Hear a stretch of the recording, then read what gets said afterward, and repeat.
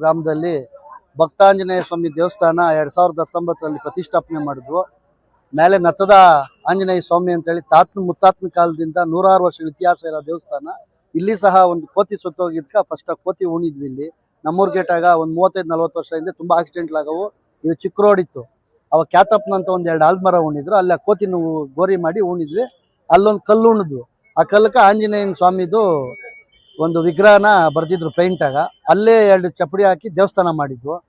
ಈ ರೋಡ್ ಅಗಲಾದಾಗ 2010ರಲ್ಲಿ ಆ ದೇವಸ್ಥಾನ ಆಲ್ಮರ ಎಲ್ಲ ಹೋಗ್ಬಿಡ್ತು. ಅವಾಗ ಇಲ್ಲಿ ಭಕ್ತಾಂಜನೇಯ ಸ್ವಾಮಿ, ಮೇಲೆ ನತ್ತ ವೀರಾಂಜನೇಯ ಸ್ವಾಮಿ, ಇಲ್ಲಿ ಊರಿಗೆ ಭಕ್ತಾಂಜನೇಯ ಸ್ವಾಮಿ ಅಂತ ಮಾಡಿದ್ವಿ. ಇವತ್ತು ಆ ದೇವಸ್ಥಾನಕ್ಕೆ ಹೋಗಕ್ಕೆ ನಮ್ಗೆ ದೂರ, ಸೆಂಟ್ರಲ್ ರೋಡು ಬಂದ್ಬಿಡ್ತು. 2 ಊರು ಆಗೋಯ್ತು. ಇವತ್ತು ಆ ಭಗವಂತನ ಕೃಪೆ, ಆ ಯಪ್ಪನ ಆಶೀರ್ವಾದ, ನಮ್ಮ ಹಳ್ಳಿ ಸೇವೆ ಮಾಡೋ ಒಂದು ಭಾಗ್ಯವನ್ನು ಕಳಿಸಿ ಒಂದು ದೇವಸ್ಥಾನ ಕಟ್ಸಿದ್ರು.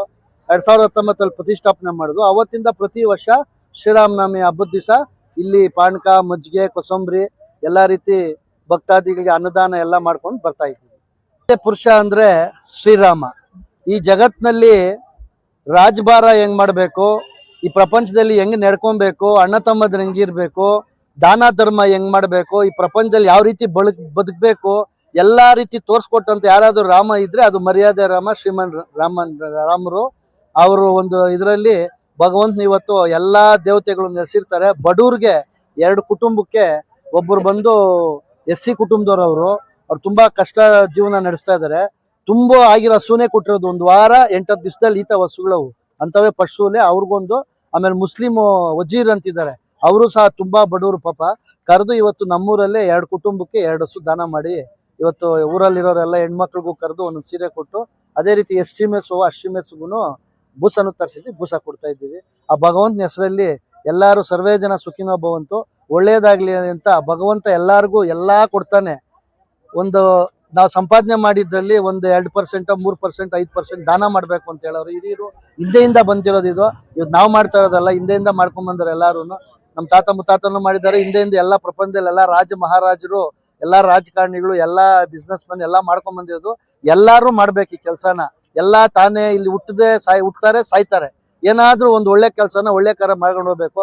ಇವತ್ತು ಆ ಭಗವಂತನ ಹೆಸರಲ್ಲಿ ಶ್ರೀಮನ್ ನಾರಾಯಣ್ ವಿಷ್ಣು ಅವತಾರ ಶ್ರೀರಾಮರು, ಭಕ್ತಾಂಜನೇಯ ಸ್ವಾಮಿ ಇದ್ದಾರೆ, ಅವ್ರ ಹೆಸರಲ್ಲಿ ನಾವು ದಾನ ಮಾಡಿದ್ವಿ.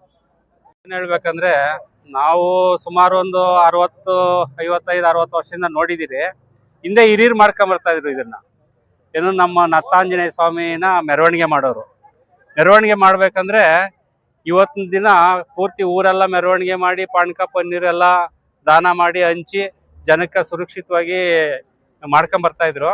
ಅದು ಹಿಂದೆ ಹಿರಿಯರು ಮಾಡ್ಕೊಂಡ್ ಬಂದಿದ್ದನ್ನ ಇವಾಗಿನ ಪೀಳಿಗೆಕ, ಇವಾಗಿನ ಹುಡುಗರು, ಸತೀಶ್ ಅವರು ಎಲ್ಲ ನಿಂತ್ಕೊಂಡು ಅದನ್ನ ಹಂಗೆ ಮುಂದುವರ್ಸ್ಕೊಂಡು ಹೋಗ್ತಾ ಇದ್ದಾರೆ. ಅದರಲ್ಲಿ ತುಂಬಾ ಸಂತೋಷ. ಪದ್ಧತಿನ ಬಿಡದಿರ ಮಾಡ್ತಾ ಇದ್ದಾರೆ, ತುಂಬಾ ಸಂತೋಷ. ಅದರಲ್ಲಿ ವಿಶೇಷ ಏನಪ್ಪಾ ಅಂದ್ರೆ, ಸ್ವಲ್ಪ ಈ ನಮ್ಮೂರಲ್ಲಿ ಹಿಂದಿನಿಂದನೂ ಈ ಹಾಲಿನ ಡೈರಿನಲ್ಲಿ ತುಂಬಾ ಹಾಲು ಸುಮಾರು 10 ಕ್ಯಾನ್, 15 ಕ್ಯಾನ್, 20 ಕ್ಯಾನ್ ಗಂಟ ನಮ್ಮೂರಲ್ಲಿ ಸಪ್ಲೈ ಮಾಡ್ತಾವ್ರೆ. ರೈತರು ಜಾಸ್ತಿ ಇದ್ದಾರೆ. ಅದರಿಂದ ರೈತರು ಇರೋದ್ರಿಂದ ಬಡವರು ಅಂತೇಳಿ ಸತೀಶ್ ಅವರು ಇಬ್ಬರು ಬಡವರಿಗೆ 2 ಹಸು ತಂದು ದಾನನೂ ಮಾಡಿದ್ದಾರೆ, ಬೂಸ ಕೊಟ್ಟಿದ್ದಾರೆ. ಎಲ್ಲ ಒಳ್ಳೆ ಕೆಲಸ ಮಾಡ್ಕೊಂಡು ಹೋಗ್ತಾವ್ರೆ. ನಮ್ಮೂರು ಹಿಂಗೆ ಇರ್ಲಿ, ಸುರಕ್ಷಿತವಾಗಿರ್ಲಿ, ದೇವ್ರ ಕೆಲಸ ಭಕ್ತಿಯಿಂದ ಮಾಡ್ಕೊಂಡು ಊರು ಸುರಕ್ಷಿತವಾಗಿರ್ಲಿ ಅಂತ ನಾವೆಲ್ಲ ಬಯಸ್ತೀರಿ. ಹಿಂದೆ ಇತ್ತು, ಈಗೂ ಇರ್ಲಿ, ಮುಂದೆನೂ ಹಿಂಗೆ ಇರ್ಲಿ ಅಂತ ನಾವು ಬಯಸ್ತಾ ಇದೀವಿ.